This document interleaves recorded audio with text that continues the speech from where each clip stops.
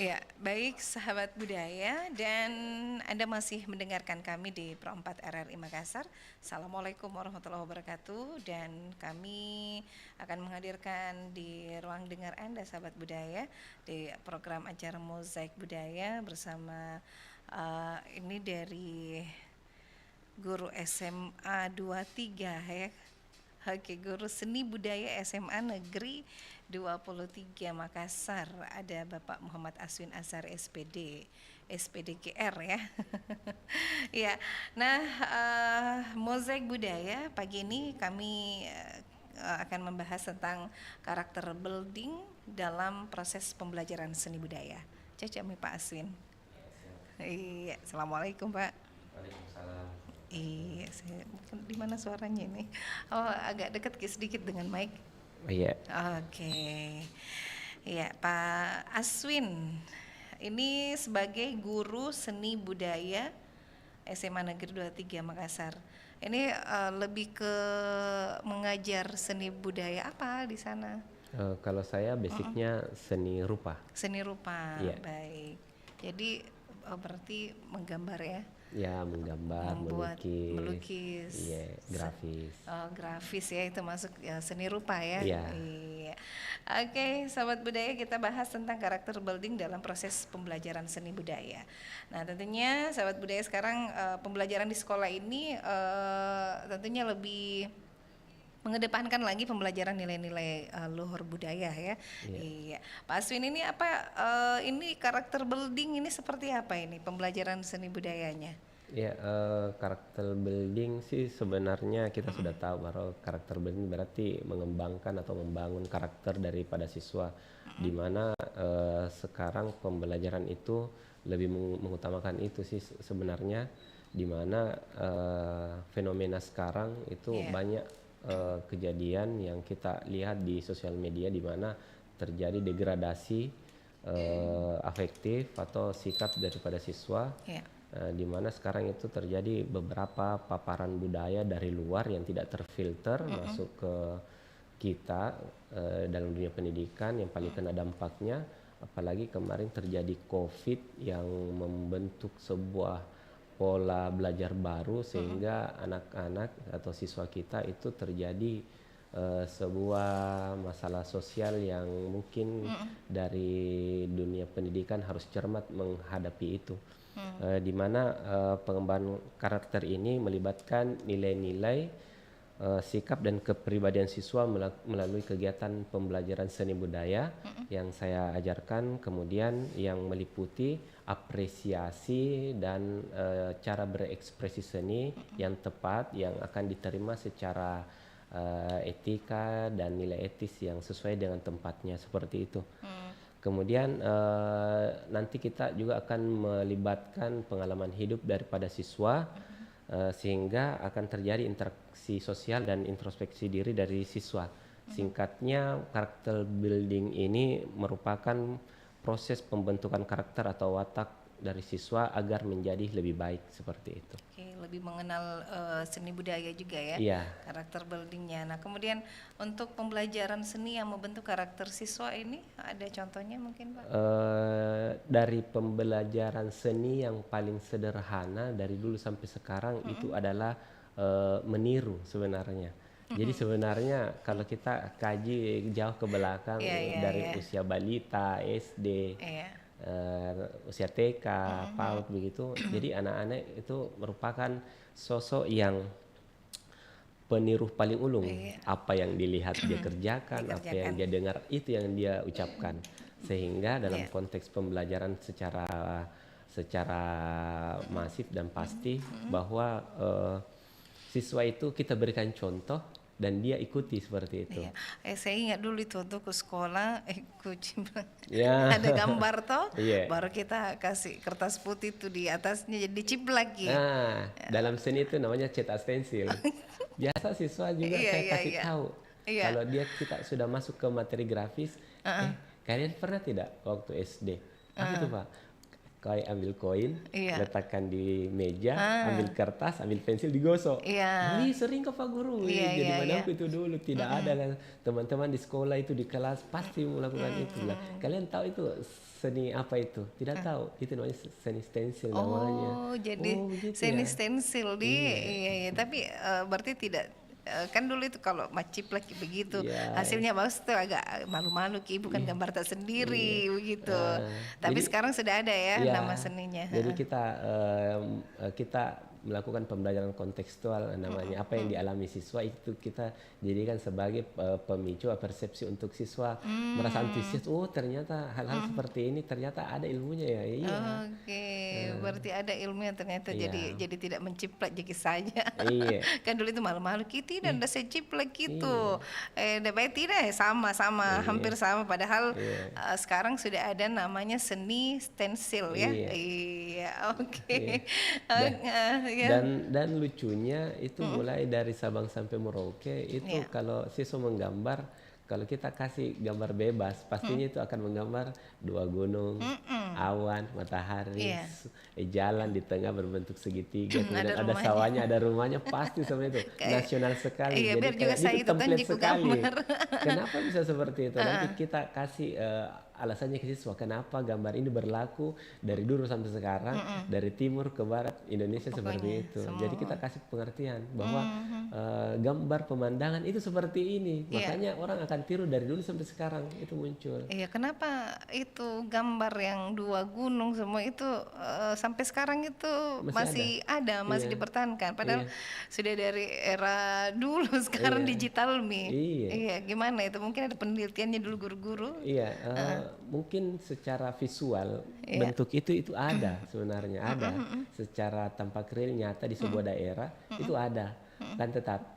Tetapi penggunaannya itu visualnya itu ternyata dari dulu, dari kita mulai anak kecil kita lihat gambar itu, makanya itu yang akan teringat masuk ke pola pikir memori otak kiri ke otak kanan sebagai gudang data, muncul itu. Jadi memang akan terikut terus gitu. Biar sampai saya sekarang itu kalau ada kata-kata gambarlah sebuah pemandangan itu yang muncul pertama. Kan biasanya kalau tes itu ada psikotes atau apa disuruh menggambar, pasti semua rata-rata gambar itu. Makanya basic psikologi seseorang itu bisa kita lihat dari gambarnya. Makanya tes menggambar itu ada dalam tes psikologi. Contohnya kalau kita daftar TNI dan Polri itu ada. Karena akan ketahuan personal seseorang dari hasil gambarnya. Iya, berarti dalam pelajaran seni budaya, seni menggambar apa? Kalau menggambar lebih apa namanya? Seni rupa Seni rupa. Ya, masuk seni rupa, jadi itu juga bisa membentuk karakter diri masing-masing ya, Pak ya. Iya. Nah, kemudian nilai-nilai karakter apa saja yang ini yang dapat ditanamkan melalui pembelajaran seni budaya?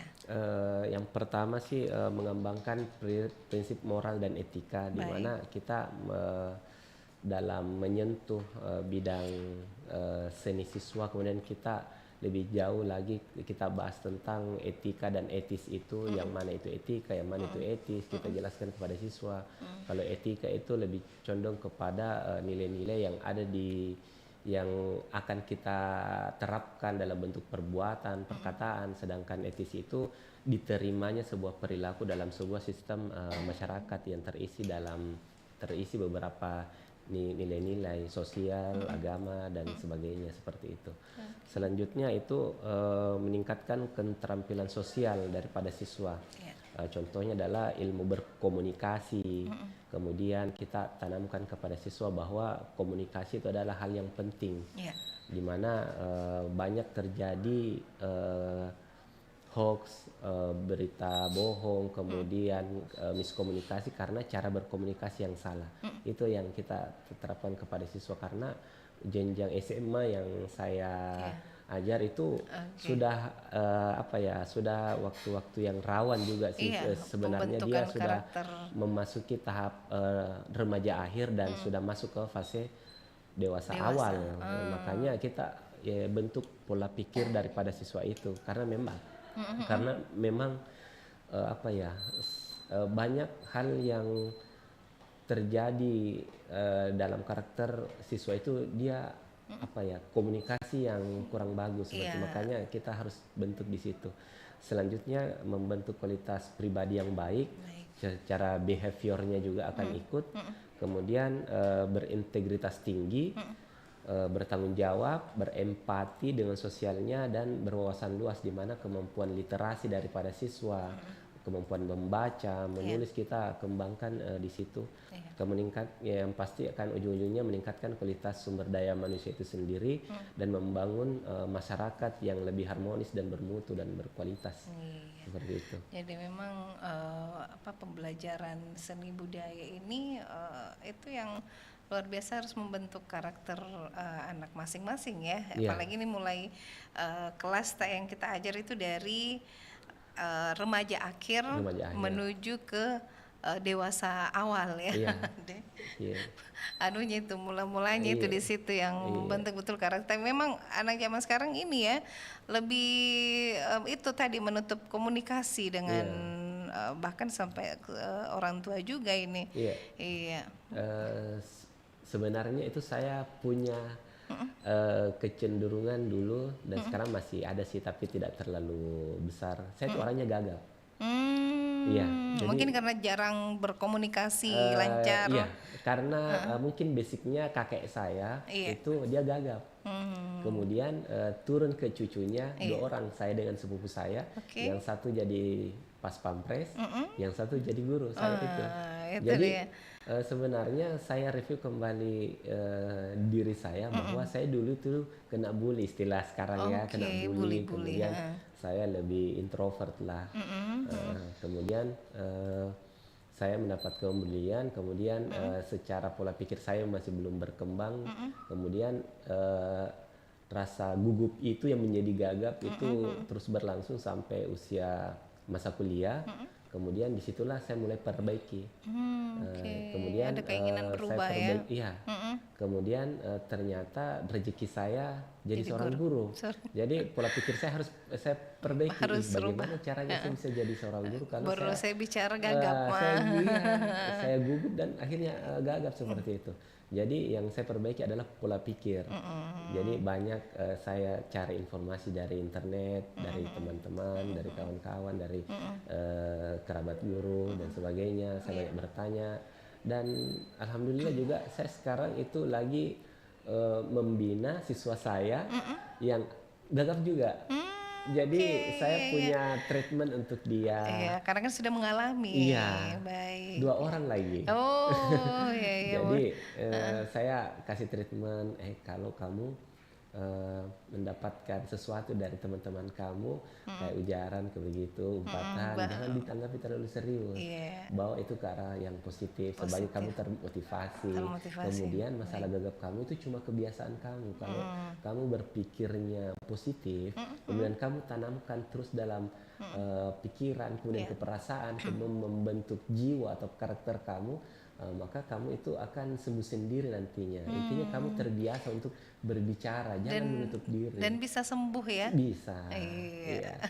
Termasuk saya itu orangnya fobia ketinggian sebenarnya. Jadi saya lawan fobia ketinggian itu dengan mendaki. Sehingga yang awalnya kalau saya ada di lantai 2, lantai 3, melihat ke bawah, kaki saya lemas, kayak tidak ada lagi darah di lutut saya, kayak tulang-tulang saya itu jadi lunak semua. Akhirnya berangsur-angsur itu saya sudah mampu menghadapi kondisi seperti itu.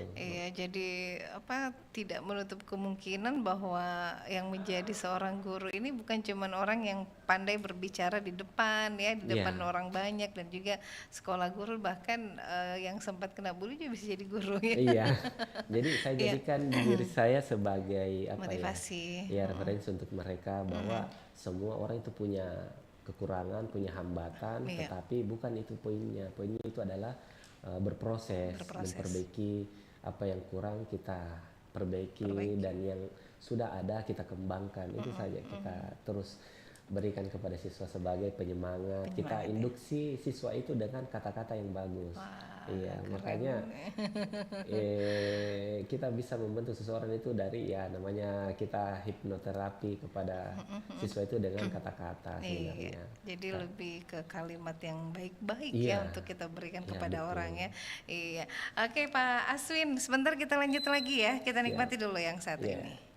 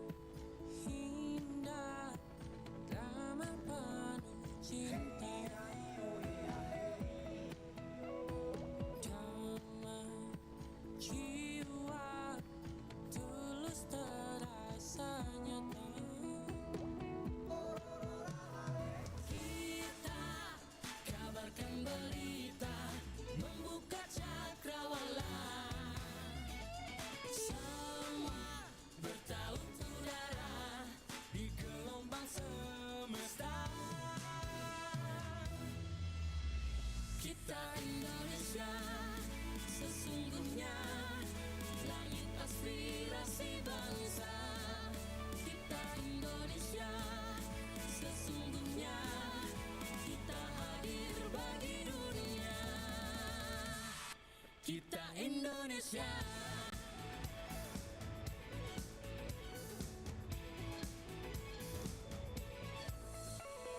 Kaya budaya alam katulistiwa. Kita kabarkan berita, membuka cakrawala.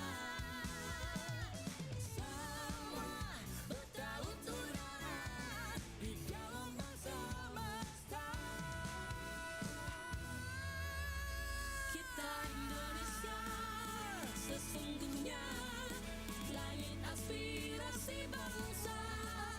Kita Indonesia.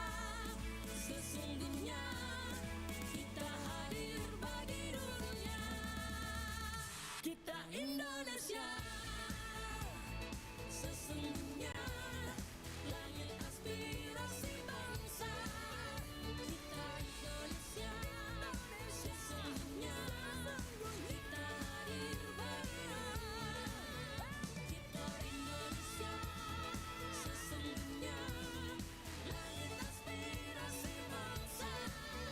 Kita Indonesia. Sesungguhnya kita hadir bagi Indonesia sesungguhnya.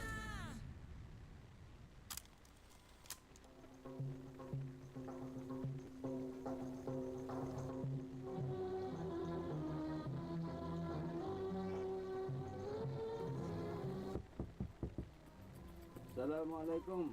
Waalaikumsalam warahmatullahi wabarakatuh. Dan apa? Ya, saya Pak Kiai. Silakan masuk.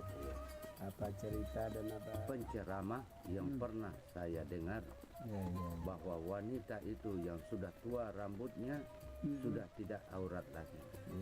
Yang saya tanyakan, apakah memang betul begitu rambut punya batas? Ini nih yang ditunggu, program acara bulan Ramadan, Pak Kiai dan Deng Naba. Kata nenek aku, acara ini hits pada zamannya loh. Penasaran? Yuk kita dengarkan In Memoriam, Pak Kiai dan Deng Naba. Di waktu sahur di sepanjang bulan Ramadan, pukul 3.30 waktu Indonesia Tengah. Hanya di 94,4 FM, Pro 1 RRI Makassar. Raih keberkahan di bulan suci Ramadan.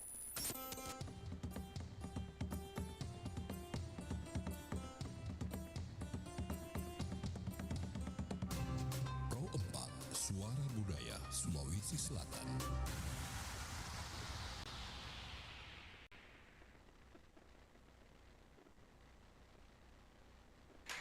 Oke, kita lanjut lagi kebersamaan kita di Mozaik Budaya Karakter Building dalam proses pembelajaran seni budaya ya. Nah, ini Pak Aswin ya termasuk salah satu guru yang unik juga ya. Pernah keluar dari fase yang lumayan juga ini. Iya, baik, kita ke pertanyaan berikutnya. Ini bagaimana ya seni budaya dapat membantu siswa memahami dan menghargai nilai-nilai luhur budaya di Sulawesi Selatan?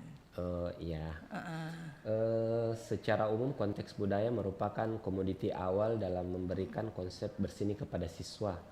Selanjutnya kita titik beratkan pada siswa mengapa nilai-nilai budaya itu lahir dan berkembang serta bertahan sampai sekarang seperti Iya. halnya budaya Tabe, Iya. Sirip Napace, Sirip Napace. dan lain-lain. Iya. Termasuk itu kalau saya bahas tentang unsur-unsur seni rupa, Iya. itu kalau saya sudah membahas tentang warna, ada nih pertanyaan keluar, Pak, kenapa itu warna ungu dibilang warna janda? Iya, Tapi iya, iya. kau tidak tahu alasannya. Dia bilang tidak, Pak. Tapi kau tahu itu warna janda selalu dikaitkan dengan ungu. Tahu, Iya. Pak. Alasannya tidak tahu. Itu dia. Oh. Jadi begini kita Identiknya. menjelaskan nih. Jadi ilmu yang pernah saya dapatkan itu bahwa baju bodoh itu yang menjadikan warna itu dibilang warna janda. Iya. Kenapa bisa, Pak? Ada beberapa baju bodoh warna kuning digunakan oleh anak-anak yang belum menstruasi, itu Iya, kuning. kuning. Selanjutnya hijau digunakan oleh gadis yang sudah menstruasi tapi belum menikah. Belum menikah. Makanya warna hijau itu digunakan waktu mapacing. Begitu, Pak ya? Iya. Warna Kemudian merah. warna merah digunakan oleh ibu-ibu yang yang masih sudah. bisa melahirkan anak. Kemudian warna ungu digunakan oleh perempuan yang sudah menjanda dengan alasan tertentu dan masih bisa melahirkan anak. Oh, begitu, Pak. Iya, langsung tahu. Oh, itu, Pak. Ya, jadi awalnya kenapa warna ungu itu identik dengan sebetulnya dengan warna janda ya. Iya. Kemudian ada lagi warna hitam. Apa itu, Pak? Oh, warna hitam. Baju bodoh warna hitam digunakan oleh ibu-ibu yang sudah tidak menstruasi, tidak bisa melahirkan anak. Oh, berarti itu warnanya nenek-nenek. Betul. Kalau kita lihat foto-foto tempo dulu atau kalau ada acara ritual sakral dilaksanakan di sebuah daerah event besar itu, kalau ada yang pakai baju hitam itu berarti nenek-nenek yang pakai. Oh iya, tadi. Tapi sekarang banyak nih banyak beragam baju bodoh warna hitam sudah Iya, dipercantik. banyak nih. Iya, Tapi bahkan kayak banyak saya itu juga biasa yang aku pakai juga. Iya. Nah, tapi Pak ada nih warna pink, orange, warna ini, warna itu. Iya. Oh iya, karena teknologi pewarnaan kain sudah berkembang sekarang. Dulu kan masih menggunakan pewarna alami. Iya, jadi memang ada cerita dulu bahwa misalnya ada biasa pengantin di keluarga dan dulu-dulu ini ya saya waktu masih remaja ini ceritanya deh masih remaja. Jadi kalau kita mau disuruh pakai baju bodoh kadang saya biasa ditulis jangan warna ini. Kamu pakai warna kuning. Jadi waktu itu memang rata-rata saya lihat foto-foto lama, oh iya dia sangi baju warna kuning, baju bodoh warna kuning yang saya gunakan ternyata memang untuk remaja yang sudah yang belum menstruasi, terus kemudian beralih ke baju warna hijau. Nah itu rata-rata warna kuning dengan hijau waktu itu. Ada semua paling makna-maknanya. Iya. Termasuk juga kita berikan hal-hal baru kepada siswa, bilang kalian tahu tidak kalau timpa laja itu yang ada di depan rumah, yang kalau saya arahkan kita anak-anak, pernah Ki lewat di area Pinrang? Iya Pak, sering. Lihat Maki sepanjang jalan Pinrang dari Pare-Pare sampai masuk ke Polewali itu di sana itu kan rata-rata rumah panggung semua. Rumah panggung kita lihat ditimpa lajanya itu ada yang berjenjang-jenjang. Oh iya, tidak sembarangan itu dipakai sistemnya. Oh, semakin banyak tingkatannya itu kastanya semakin tinggi. Kemudian apalagi kita lihat bentuk tangganya. Semakin rumit bentuk tangga di sebuah rumah panggung itu semakin tinggi kastanya. Jadi tidak sembarangan dulu orang menggunakan bentuk rumah dari timpa lajanya, bentuk tangga. Itu harus sesuai dengan posisi sosial dia ada di mana. Iya, turunannya ya. Iya, kalau sekarang yang penting ada duit, bisa dikasih cantik-cantik. Selesai. Tapi ya, di daerah masih banyak yang menggunakan. Banyak. Termasuk juga saya kasih pengertian kenapa rumah orang dulu kalau dibangun itu ada pisang di atas, ditaruh di atas, ada pisang, ada gula, ada beras, ada lilin, kelapa. Kenapa ini? Supaya Pak itu nasibnya bagus, supaya gampang datang rezeki karena manis-manis semua Pak. Iya, saya terima semua. Kemudian alasan yang paling logis saya kasih tahu anak-anak, yang paling logis itu bahwa yang kerja di atas itu tidak turun lagi karena kalau lapar sih sambil pisang. Si sambil Oh, pisang, iya. iya. Dia tidak capek naik turun. Ah, seperti jadi ini itu. saja langsung Iya. diambil. Di luar daripada konsep animisme Iya. kepercayaan itu. Iya, tradisi yang orang-orang Iya. dulu ya, Pak Aswin Iya. ya. Iya, nah kemudian ini bagaimana seni budaya ini dapat menumbuhkan rasa cinta tanah air dan kebangsaan terhadap budaya sendiri. Iya. Yang pertama kita memberikan pengertian kepada siswa bahwa negara Indonesia adalah negara yang besar, kemudian negara agraris maritim yang besar, kemudian dari banyaknya pulau di Indonesia pasti dan mungkin pastilah Iya. akan melahirkan beberapa kebudayaan seperti itu. Indonesia kan terdiri dari 1.300 pulau Oke. kurang lebih. Kemudian dari segi bahasa saja disebutkan bahwa kita itu terdiri dari 700 bahasa daerah. Ada yang sampai menjelaskan sampai 750.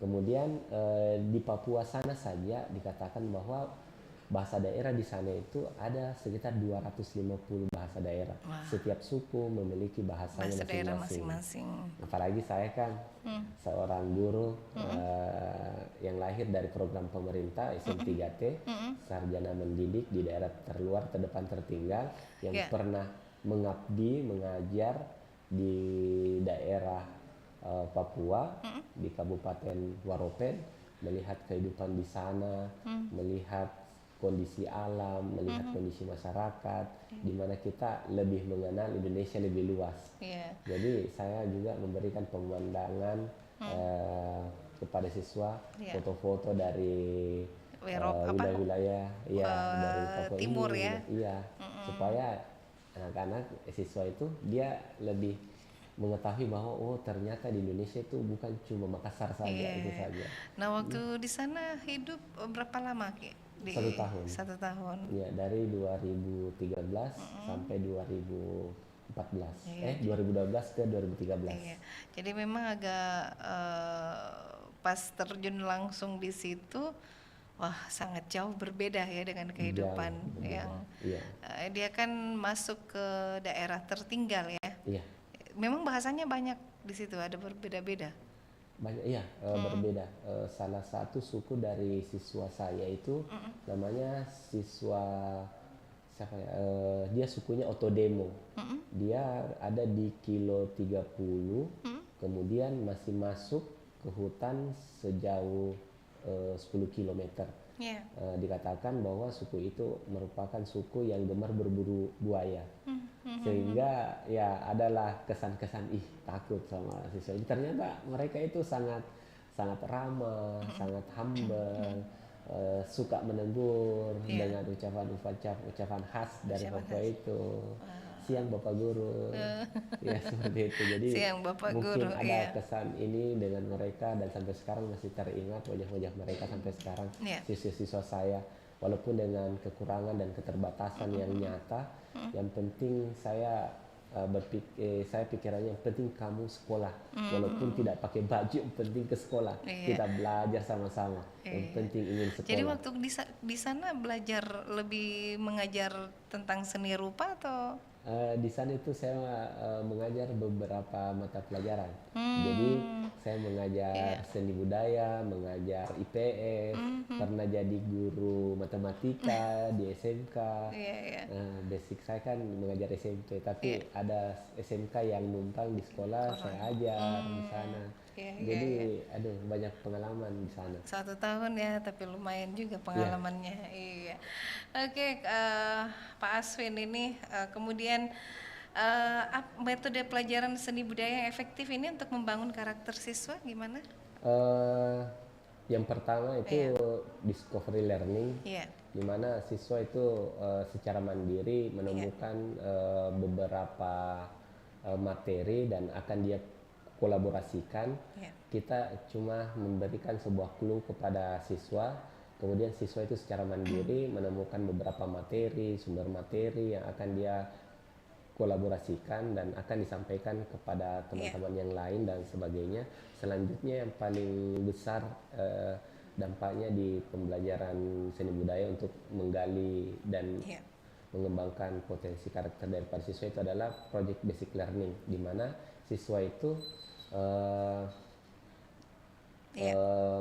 belajar dengan proses, di mana di sini pembelajaran itu dikembangkan melalui keterampilan berpikir kritis, kemudian manajemen waktu dan berkolaborasi dengan teman kelompoknya seperti itu. Jadi di sini kami tekankan itu adalah proses, kemudian kita memberikan semangat kepada siswa, dan yang paling utama itu adalah perencanaan yang baik, karena kita berikan motivasi kepada siswa bahwa tidak ada hasil yang maksimal tanpa rencana yang maksimal, seperti itu.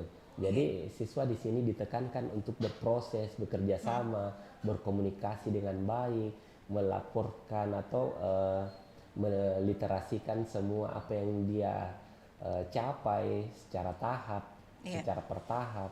Kemudian yang paling pastinya yang kita titik beratkan di sini bahwa nilai yang paling utama dalam berkarya itu adalah proses, karena semuanya itu dari proses di semua. Iya, makanya kita berikan semangat kepada siswa bahwa yang saya lihat itu adalah proses, bukan hasil. Kalau prosesnya sudah bagus, hasilnya pasti akan bagus. Intinya adalah kalau prosesnya sudah bagus, hasilnya kurang memuaskan, saya lihat prosesnya semua. Jadi yang paling pastinya siswa itu akan semangat, karena biasa dalam mempersiapkan semuanya itu dengan hasil itu biasa terbalik seperti itu. Jadi kami juga sebagai guru memberikan motivasi bahwa ada namanya improvisasi. Biasa dalam hal-hal berproses itu ada sebuah kendala, itulah kekuatan improvisasi. Contoh kita membuat sebuah karya, dalam prosesnya ada sesuatu kendala. Nah, disitulah caranya berproses, berimprovisasi dan kreatif dalam memecahkan masalah sehingga karyanya tetap selesai seperti itu. Luar biasa ya. Pak Aswin, kita hadirkan dulu satu lagu berikut ini ya. Sebentar kita lanjut lagi.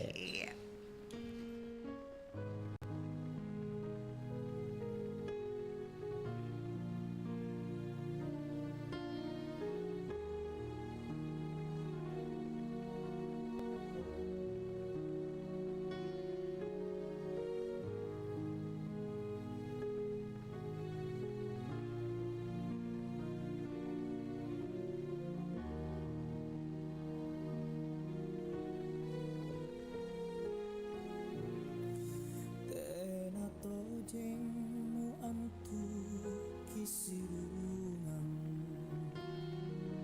Tenato jengmu kapang kisikakani Nasaba ikau bela to jemi lampan Orang bajiku nubokoi ma rilino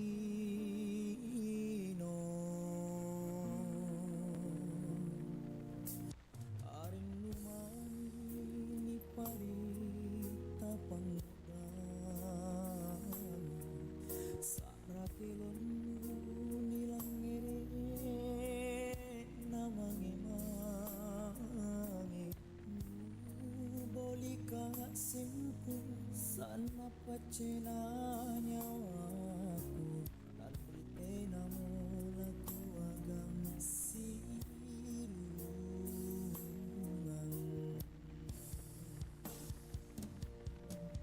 apalah to jangi anjay yang urang majikuna aleh alintakam maki sinta nyawana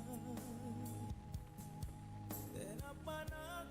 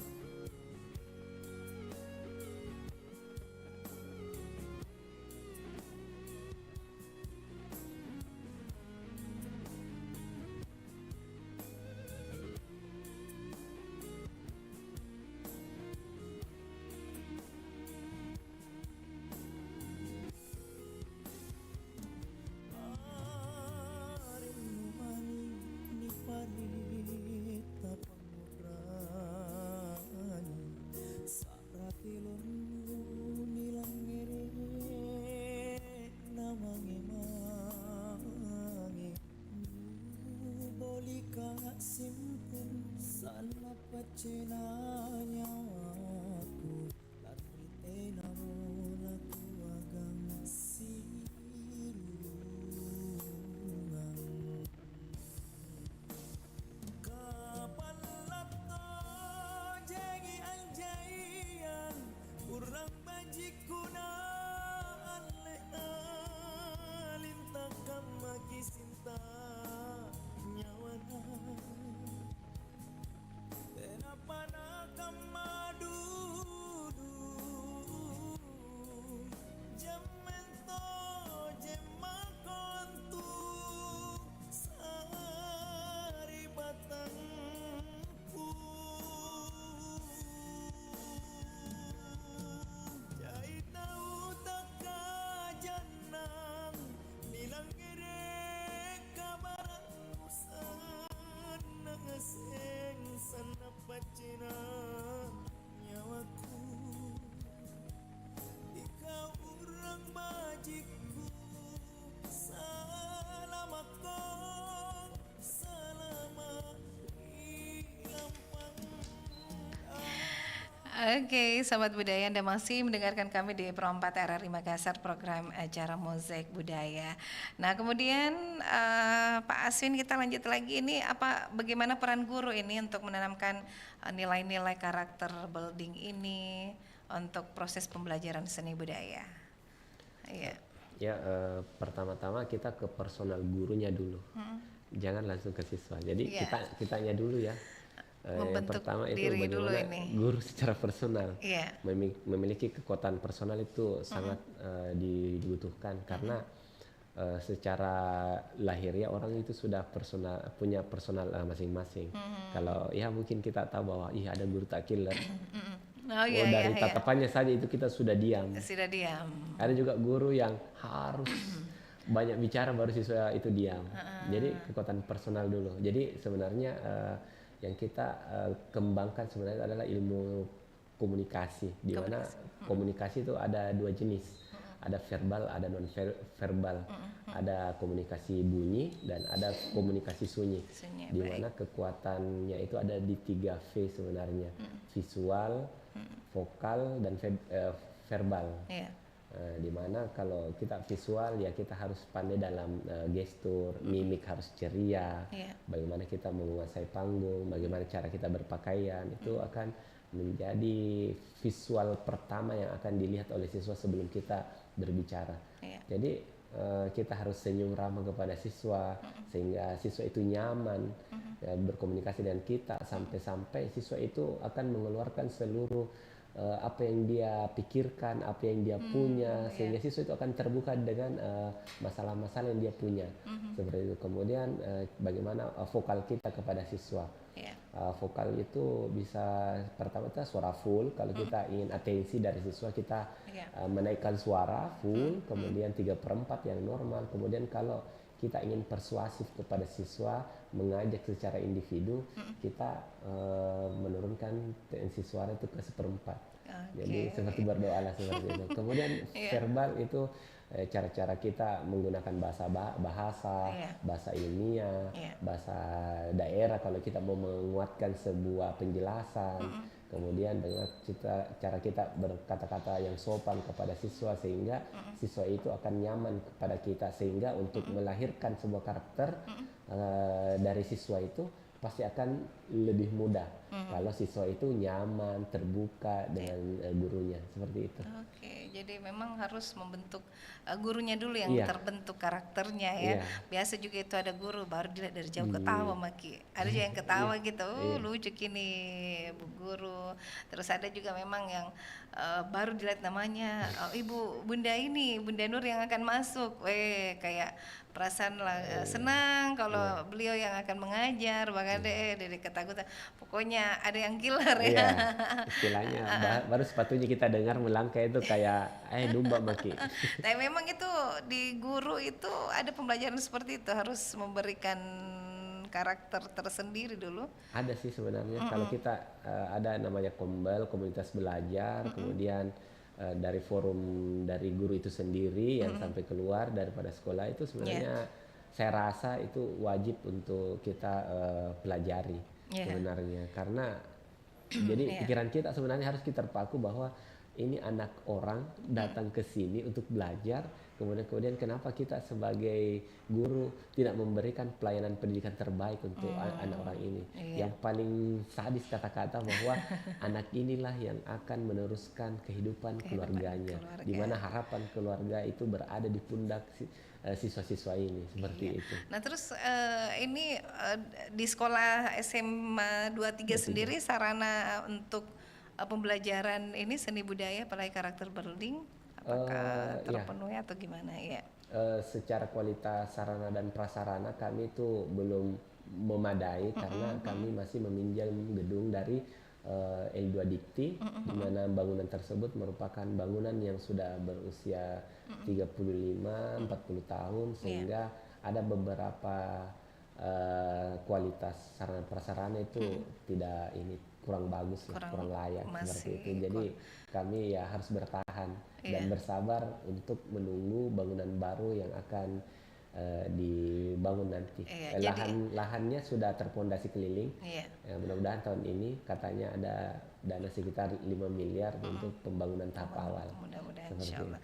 Tapi untuk sekarang Pak Aswin bagaimana cara mengajar di siswa dalam kondisi seperti sekarang? Kondisi walaupun kondisi seperti itu, kita sebagai guru harus kreatif dalam memberikan materi, kemudian materi apa yang cocok dengan kondisi kelas seperti ini, dengan berbagai latar belakang daripada siswa, dari pengalaman siswa, dari jenjang pendidikan sebelumnya. Jadi kita mengulik ke siswa bahwa waktu SMP belajar apa, ini. Oh jadi kita sudah ada pandangan, ternyata anak ini sudah mengalami pembelajaran seni budaya seperti ini. Nanti sisa kita kembangkan atau kita perkuat dengan materi-materi selanjutnya seperti itu. Oke, jadi memang harus tetap mengikuti perkembangan era digital walaupun sarana prasarana yang agak kurang memadai di tempat tadi. Pak Aswin harus tetap kreatif untuk menarik perhatian siswa-siswinya ini. Harus banyak tahu. Oke, banyak tahu. Nah kemudian proses kreatif ini dalam seni budaya yang dapat menumbuhkan sikap mandiri, percaya diri dan bertanggung jawab pada siswa.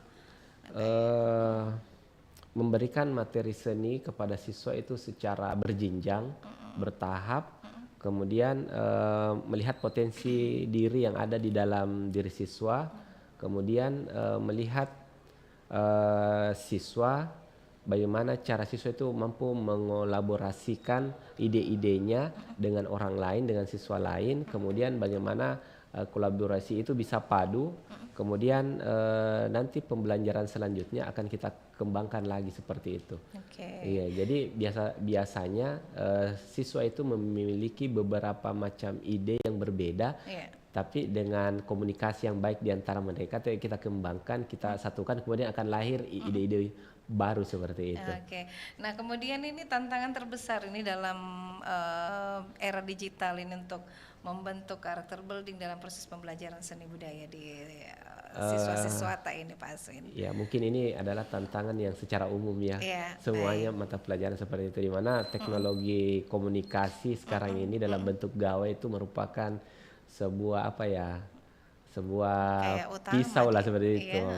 Kalau bukan mengiris ke depan, mengiris ke belakang. Makanya haruslah guru tahu memanfaatkan teknologi itu. Kalau kita kebablasan siswa yang rugi. Kemudian bagaimana cara kita bisa memadupadankan teknologi itu dalam pembelajaran ini yang kita harus perkuat seperti itu. Contohnya kalau kita mau menjelaskan sebuah materi kepada siswa, HP-nya itu disimpan dulu supaya anak siswa-siswa itu tidak fokus kepada HP-nya, kan biasa mereka itu ingin tahu apa yang update di HP-nya, ada chat masuk, mau ngechat seperti itu. Makanya kita arahkan untuk menyimpan HP-nya di atas meja, ditelungkupkan seperti itu. Kemudian supaya pembelajaran Fokus ya. lebih berkembang, itu kita arahkan kepada siswa untuk membuka link tertentu yang akan mengarahkan kepada materi yang kita sudah buat atau mengarahkan kepada materi yang kita sudah search sebelumnya, sehingga siswa itu kaya akan materi-materi dalam bentuk tulisan, literasi, serta video-video yang kita sudah search sebelumnya, supaya siswa itu lebih banyak Gampang ya, iya, lebih gampang untuk paham seperti itu. paham. Jadi berarti ada di samping itu tadi handphone itu bisa juga sangat bermanfaat dan juga bisa sangat merugikan ya. Iya. Nah, apalagi kalau proses pembelajaran itu ya manfaatnya kita lebih mudah untuk mengajarkan anak-anak ya, apalagi kalau lewat handphone itu mereka lebih pengen ya, lebih tertarik untuk melihat caranya di situ, video-videonya ya. Oke, jadi tantangannya ya seperti itu ya Pak Aswin. Nah, kemudian mungkin biasanya ada solusi karena tantanganku ini saya begini, ini saya harus seperti ini. Yang pertama, kembali kepada gurunya, harus cakap dalam menggunakan gawai. Bukan cuma cakap menggunakan gawai, isi dari gawai itu sendiri, dari aplikasi-aplikasi yang sudah terintegrasi dengan dunia pendidikan seperti Google, kan semuanya itu sudah masuk ke dalam kurikulum pengembangan kompetensi guru, di mana semuanya item-item dari Google itu kita sudah tahu bahwa dalam proses pembelajaran ada banyak dari item Google itu yang kita bisa gunakan. Kemudian setelah itu kita harus mengembangkan diri dengan aplikasi lain sebenarnya. Jadi sebenarnya teknologi merupakan hal yang lumrah dan bahkan sudah menjadi hal yang wajib kepada guru. Bagaimana menggunakannya, menerapkannya dan mengembangkannya. Tetapi yang perlu diketahui bahwa kemampuan literasi daripada siswa itu sendiri harus kita tekankan kepada menggunakan kinesteti tangan, karena beda kecerdasan kecerdasan menulis itu dengan kecerdasan mengetik. Beda. Lebih tinggi derajat kecerdasan seseorang yang menulis dibandingkan mengetik, seperti itu. Nah, kemudian ini apakah dengan adanya proses pembelajaran seni budaya dengan karakter building ini sudah berhasil ini untuk disentuh oleh para siswata ini, Pak Aswin?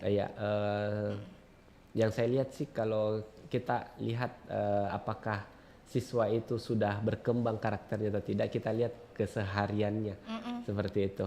Apakah ada perubahan atau tidak dari hal yang sebelumnya kurang berkarakter menjadi lebih berkarakter, itu kita lihat dari kesehariannya. Gampang kita lihat dari caranya berbicara, beretika, mulai dari caranya berpakaian yang kalau kurang rapi ditegur, kemudian kalau dia sudah rapi berarti itu sudah berkembang karakternya, di mana kita juga memberikan pemahaman bahwa semua bentuk sensori yang ada di tubuh manusia itu ingin yang bagus-bagus, ingin yang baik-baik, ingin yang indah-indah. Contohnya kalau mata ingin melihat yang bagus-bagus, yang indah-indah, yang rapi, yang bersih. Pendengar yang ingin mendengar kata-kata yang sopan, ingin mendengar yang halus, lembut. Kemudian dari mulutnya ingin yang enak-enak, mungkin itu semua. Jadi kita berikan pemahaman bahwa semua sensori tubuh kita itu ingin yang indah-indah. Jadi semuanya lah seperti itu. Nah, ini terakhir kita dengan adanya proses pembelajaran seni budaya dari pemerintah gimana? Dari pemerintah sendiri itu sudah secara periode itu tiap tahun ada namanya FLS 2N, di mana itu sebuah kompetisi seni, di mana itu dia berjenjang dari mulai tingkat kabupaten kota, provinsi sampai ke tingkat nasional. Itu setiap tahun diselenggarakan. Kemudian juga ada dari pihak-pihak swasta yang gencar, yang aktif melakukan pertandingan, perlombaan, kompetisi seni, di mana bergandeng dengan pemerintah setempat, sehingga anak-anak itu lebih bersemangat dalam berkreasi seni. Di mana di sini dari pihak sekolah juga sangat mendukung, mulai dari persiapan, perencanaan, latihan, sampai ikut bertanding kita support terus seperti itu. Kak Pak Aswin, ini terakhir ini untuk keinginan ke depan ini Kak Aswin sebagai guru seni budaya SMA Negeri 23 Makassar dalam karakter building dan proses pembelajaran seni budaya. Iya, pertama adanya komunikasi atau peran aktif antara pihak sekolah dengan orang tua siswa, sehingga siswa secara menyeluruh terpantau kegiatannya, mulai dari lingkungan rumah, lingkungan tempat tinggal sampai lingkungan sekolah. Kemudian orang tua siswa juga harus peka terhadap minat dan bakat dari anaknya, sehingga kita mampu mengarahkan siswa ini potensinya ada di mana, sehingga untuk menempatkan siswa itu untuk mengambil langkah selanjutnya itu bisa tepat.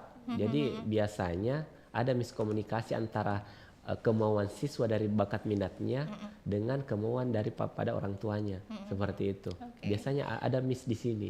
Makanya dengan komunikasi yang baik antara orang tua siswa dengan pihak sekolah melalui di pihak kesiswaan atau guru BK-nya, sehingga siswa itu bisa menaikkan levelnya ke tingkat pendidikan yang lebih tinggi dalam konteks sudah memiliki minat dan bakat yang sesuai, seperti itu.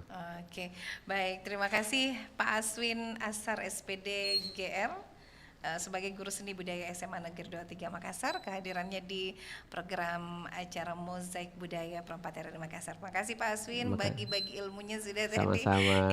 Assalamualaikum warahmatullahi wabarakatuh. Waalaikumsalam warahmatullahi wabarakatuh.